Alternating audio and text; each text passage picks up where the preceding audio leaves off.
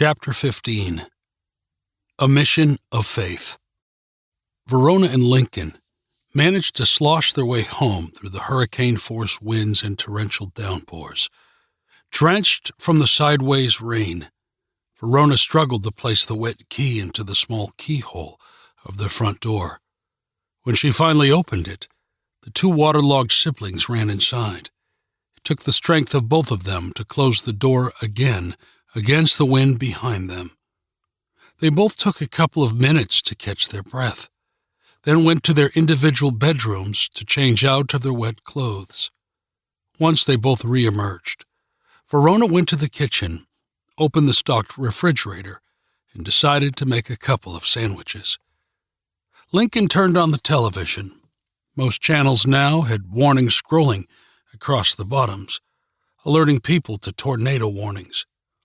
They were predicting tornadoes to be in the area of Belvedere by 5 p.m., which was less than an hour away. Verona finished constructing the turkey and cheese sandwiches and walked into the living room with a sandwich in each hand. She told Lincoln to turn off the TV and said they needed to go to the basement. Lincoln looked at his sandwich with disappointment because it was not cut diagonally, and it still had the crusts attached, unlike how his mom made them for him. But he ultimately decided not to protest. He took his sandwich, muttered, "Thanks," and followed Verona down the stairs. In the basement, he turned on the TV to watch some cartoons. Verona told him that she was going to check on Sir and let him know that they were home. As she finished the sentence, the TV went silent, and the lights went dark. Lincoln quivered. "Don't go." Verona had predicted that they might lose power, so she grabbed 2 flashlights before heading to the basement. She flicked them both on, handing one to Lincoln while saying, "I'll be right back, Link. It'll be fine." Lincoln again whispered, "Take me with you." Verona sighed but agreed. The two went upstairs and once again stepped out into the pouring rain. But this time, they also scooted a few feet to Sir's front door. When Verona rapped on the wooden door, it cracked open. Thinking this was unusual, Verona gave it a little push. The wind grabbed hold, and the door swung wide open, revealing Sir laying on the floor. Verona let out an involuntary scream and ran to him. Seeing his bloody sweater, she called out, "Sir!" Verona then grabbed Sir's hand to try to wake him. As she touched her wounded friend, she felt the searing pain in her left shoulder and heard his voice in her head scream, "The fire!" Verona fell back, grabbing for her shoulder, not understanding what had just happened. Confused, but keeping her wits about her, the young girl scrambled to the phone on the wall to call for help. She quickly punched 911, but there was no dial tone. She desperately jiggled the switch hook on the old phone. Getting nowhere, Verona hung the phone up and returned to Sir's side. Lincoln was trying to shake him awake. Sir finally opened his eyes. He raised his right arm to grab Verona. Grasping her shirt up by her collar, he pulled her close and struggled to say, "The fire! You must get help!" Sir labored to continue. "The Moon Woman lives on top of the world with the angels." When Sir took a breath, Verona jumped in, insisting that he needed to get to a hospital. Sir insisted, "No, I need to tend to the fire." "But it's just a stupid fire, and besides, the fire has gone out," cried Verona. Sir struggled to turn towards his fireplace. "No, I must try. If it has truly gone cold, then all is lost. I must try, but I need help. Find a Moon Woman." Verona looked at Lincoln, who was staring at Assur with his mouth wide open, and then she managed to ask, "Who's the moon woman?" Assur labored as he spoke. "She is the woman who visits my house. She lives up north. You must find her. Without her, all hope is lost." Verona was more confused than ever. She had never even seen what the woman looked like. She didn't know what to do, but she trusted Assur. She always trusted her friend.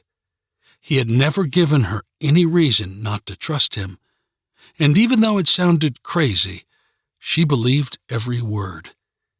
She looked at the old man and tried to piece together what he was saying. "Sir, I can't just head north. You need to tell me more. Who did this to you? What's going on?" The panic in Assur's eyes only seemed to intensify as he saw the fireplace for himself. He then turned and looked outside and into the distance. Assur struggled to say, "Verona, the story I told you today is true. The world is in grave danger. Head north, and the moon woman will reveal herself to you." Reason was now starting to hit her, and Verona didn't know what to believe anymore. How could Jinn be real? Assur was her only friend, other than her brother, and she wanted to help him somehow. But how could she? Nothing made sense. She tried to reason. "I can't go north. I'm only 12 years old, and Lincoln is only 8. Assur reached out his right arm, motioning for Verona and Lincoln to help him up. The two grabbed Assur under each arm and pulled. Assur groaned in agony as they managed to get him up into his armchair, and Lincoln handed the old man his poker. Assur looked out the window again. It was as if he was looking for something, or maybe he saw something waiting out there in the darkness of the storm. "All will be revealed, and there is no time to waste. You need to leave now." Assur took some quick, shallow breaths, like it was difficult for him to breathe, then said, "You both have much more strength than you know." Verona looked at Assur, and then back at Lincoln. She paused for a moment, then firmly said, "Lincoln, pack a bag. We're leaving."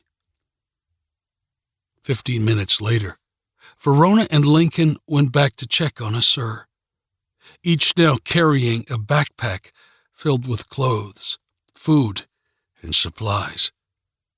Verona thought that the situation definitely constituted an emergency, so she grabbed the $600 from the kitchen drawer and stuffed it into her blue jeans pocket. Then she remembered that her Aunt Kara was supposed to come the next day. What would she do if she found no one home? Verona started pacing back and forth. She had no idea what to do. Just then, her phone rang. Verona picked it up. "Hello?" "Verona, it's Aunt Kara. How are you, sweetie?" Verona was too stunned to answer. "Hey, so I won't be able to make it tomorrow because of this crazy weather. I'll start driving when the weather settles down. Most likely Wednesday, the day after tomorrow." Verona let out an involuntary sigh of relief that she hoped her aunt didn't hear. "That's okay. Link and I will just stay at home until you get here, and we have Assur." After a few other pleasantries and promises, they said goodbye and hung up. Verona didn't know why she had acted like that. She should have told her aunt that Assur was hurt and that they needed help. Verona thought, "Am I making a huge mistake?" But the fact of the matter was that, at the moment, Kara wasn't on her way, and that bought them some time to figure everything out. Verona considered the call at that specific moment to be a sign, and whether it was possible or not, she decided she was going to stop worrying and just start letting things happen. Maybe all will truly be revealed. She brought Asur some food, water, and other first aid supplies, then asked, "Are you sure you're going to be okay? Let's try calling for an ambulance again." Asur shook his head no and said, "Don't worry about me. I'll be fine. I've been through worse." Verona didn't believe him, but instead asked, "How are we going to get north?" Asur pointed to a hook on the wall near the front door. Verona saw a set of car keys.